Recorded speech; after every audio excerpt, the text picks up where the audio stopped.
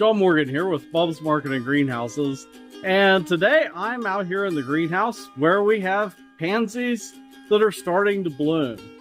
Now, over the last few weeks, I have shared video of our pansies from seedlings to being transplanted all the way up through blooming.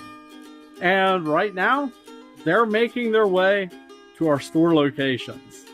And pansies are the perfect fall and springtime plant. You see, you can plant pansies right now.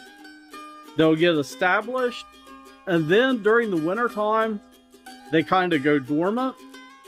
And then in March, they'll start blooming again. So you get to enjoy pansies for 2 seasons if you plant them in the fall.